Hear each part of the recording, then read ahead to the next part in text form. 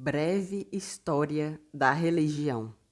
Princípios e noções fundamentais.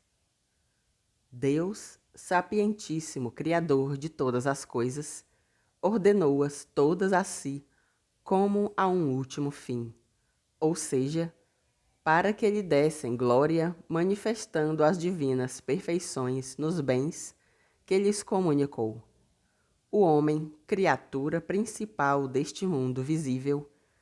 devia também promover e realizar este fim, conforme a sua natureza racional, com os atos livres de sua vontade, conhecendo, amando e servindo a Deus, para alcançar depois desta sorte o galardão que do mesmo Senhor havia de receber. Este vínculo moral ou lei universal, com que o homem obtém naturalmente ligado a Deus, chama-se religião natural. Mas, havendo a bondade divina preparado para o homem uma recompensa muito superior do que ele pudesse pensar e desejar, isto é, querendo torná-lo partícipe de sua mesma bem-aventurança, como já não bastasse para fim tão elevado a religião natural, era necessário que Deus mesmo lhe instruísse nos deveres religiosos. Disto se segue que a religião, desde o início, teve que ser revelada, ou seja, manifestada por Deus ao homem. Na verdade, Deus revelou a religião a Adão e aos primeiros patriarcas, os quais, sucedendo-se uns aos outros e vivendo juntos muitíssimo tempo, podiam transmiti-la facilmente, até que Deus nosso Senhor formou um povo que aguardasse até a vinda de Jesus Cristo, nosso Salvador, Verbo de Deus encarnado, mas que a cumpriu, aperfeiçoou e confiou a guarda da Igreja por todos os séculos. Tudo o que é demonstrado pela história da religião confunde-se assim, pode-se dizer, com a história da humanidade, que é coisa manifesta que todas as que se chamam religiões, fora da única verdadeira revelada por Deus, da qual falamos, são invenções dos homens e desvios da verdade, algumas das quais conservam uma parte mista, porém com muitas mentiras e absurdos. Enquanto as seitas ou divisões que fizeram da Igreja Católica, Apostólica Romana, suscitaram-na e promoveram, ou os homens presunçosos que abandonaram o sentir da Igreja Universal por se afastarem voluntária e obstinadamente após algum erro próprio ou alheio contra a fé, e são os hereges ou homens orgulhosos e cobiçosos de mando, que, acreditando-se mais iluminados que a Santa Igreja, arrancaram-lhe uma parte de seus filhos para rasgar contra a palavra de Jesus Cristo a unidade católica, separando-se do Papa e do Episcopado a ele unido, e são os cismáticos. Enquanto isso, o fiel cristão católico, que inclina sua razão para a palavra de Deus, pregada em nome da Santa Igreja por legítimos pastores, e cumpre fielmente a santa divina lei, caminha com segurança pelo caminho que lhe guia a seu último fim. E quanto mais se instrui na religião, adquire uma visão sempre mais razoável da santa fé.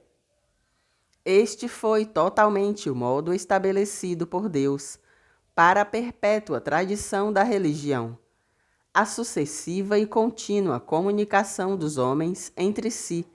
de modo que a verdade ensinada pelos maiores se transmitisse em igual forma aos descendentes, que durou até depois que, no curso do tempo, o Espírito Santo moveu diversos escritores para colocar em livros compostos, sob sua inspiração, uma parte da lei divina. Estes livros escritos com a inspiração de Deus, chamam-se Sagrada Escritura, livros santos ou Bíblia Sagrada. Chamam-se livros do Antigo Testamento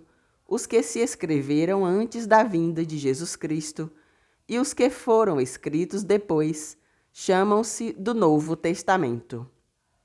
Aqui, testamento é o mesmo que aliança ou pacto feito por Deus com os homens, a saber, salvá-los por meio de um Redentor prometido, com a condição de que prestassem fé à sua palavra e obediência às suas leis. O antigo pacto primeiro Deus estabeleceu com Adão e Noé, e depois mais especialmente com Abraão e seus descendentes, pacto que exigia a fé no Messias e no futuro Redentor, e guarda da lei dada por Deus no início e posteriormente promulgada a seu povo através de Moisés. O novo pacto, ou nova aliança, após a vinda de Jesus Cristo, Redentor e Salvador nosso, Deus a estabelece com todos os que recebem o sinal que Ele próprio determinou, que é o batismo, e que nele creem e guardam a lei que o mesmo Jesus Cristo veio aperfeiçoar e completar, pregando-a em pessoa e ensinando-a em palavras aos apóstolos.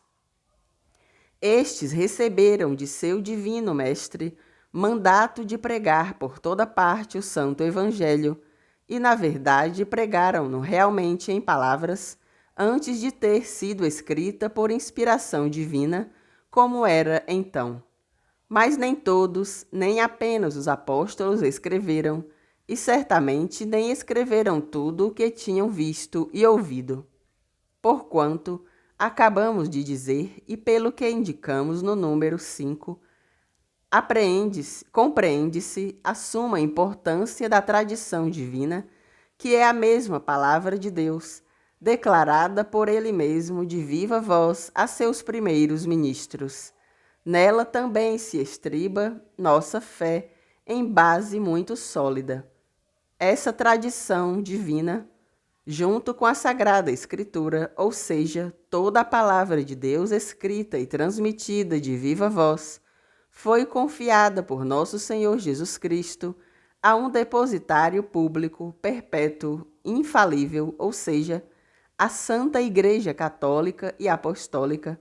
a qual, fundada no tempo nesta divina tradição, apoiada pela autoridade que Deus lhe deu e reforçada com a prometida assistência e direção do Espírito Santo, define quais livros contém a divina revelação, interpreta as Escrituras, corrige o significado em dúvida que sobre elas ocorrem, decide as coisas que pautam a fé e os costumes, e julga com sentenças inapeláveis sobre quaisquer matérias relativas a estes pontos de suprema importância, para que de forma alguma possam confundir as mentes e os corações dos crentes fiéis. Mas note-se que este julgamento compete àquela parte escolhida da Igreja que se denomina docente ou ensinante, formada primeiro pelos apóstolos e depois por seus sucessores, os bispos, com o Papa à sua cabeça, que é o Romano Pontífice, sucessor de São Pedro. O Sumo Pontífice, dotado por Jesus Cristo da mesma infabilidade de que está adornada a Igreja e que lhe é necessária para conservar a unidade e pureza da doutrina, pode, quando fala ex cátedra, isto é, como pastor e doutor de todos os cristãos, promulgar os mesmos decretos e pronunciar os mesmos juízos que a Igreja no que toca à fé e os costumes, aos quais ninguém pode desafiar nem comprometer a sua fé. Além disso, pode exercer sempre a suprema autoridade em todas as questões relativas à disciplina e ao bom governo da Igreja, e os fiéis devem obedecer-lhe com sincero obséquio da mente e do coração. Em obediência a esta suprema autoridade da Igreja e do Sumo Pontífice,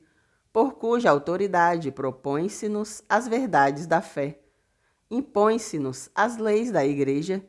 e se nos manda tudo quanto o bom governo dela é necessário. Consiste a regra de nossa fé.